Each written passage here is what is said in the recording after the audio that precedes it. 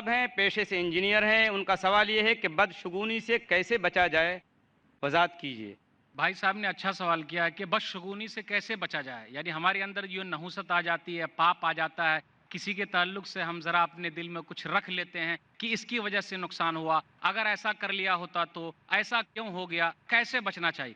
عقیدے کو مضبوط کرنا ہے کہ فائدہ اللہ کی طرف سے، نقصان اللہ کی طرف سے۔ اس لیے ایک حدیث کے اندر آیا، سنن ابی داؤد کتاب الطب کتاب نمبر 27 حدیث نمبر 3910، الطیرۃ شرکن الطیرۃ شرکن ثلاثا ولکن اللہ یذہبہ بالتوکل، بدشگونی شرک ہے، بدشگونی شرک ہے، 3 مرتبہ نبی صلی اللہ علیہ وسلم نے کہا، اور ہم میں سے لوگوں کے دلوں میں بدشگونی ہے۔ نبی صلی اللہ علیہ وسلم کہتے ہیں اللہ تعالیٰ بھروسے کے ذریعے اس کو ختم کر دیتا ہے، ولیکن اللہ یذہبہ بالتوکل، اللہ تعالیٰ بھروسے کے ذریعے اس کو ختم کر دیتا ہے۔ دوسری چیز یہ ہے کہ ہم دعاؤں کا بھی اہتمام کرتے رہیں ہمیشہ۔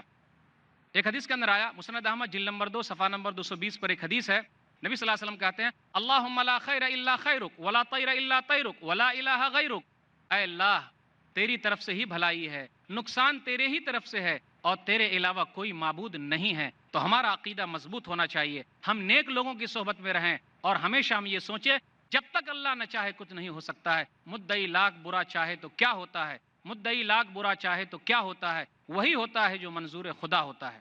واللہ عالم بالصواب۔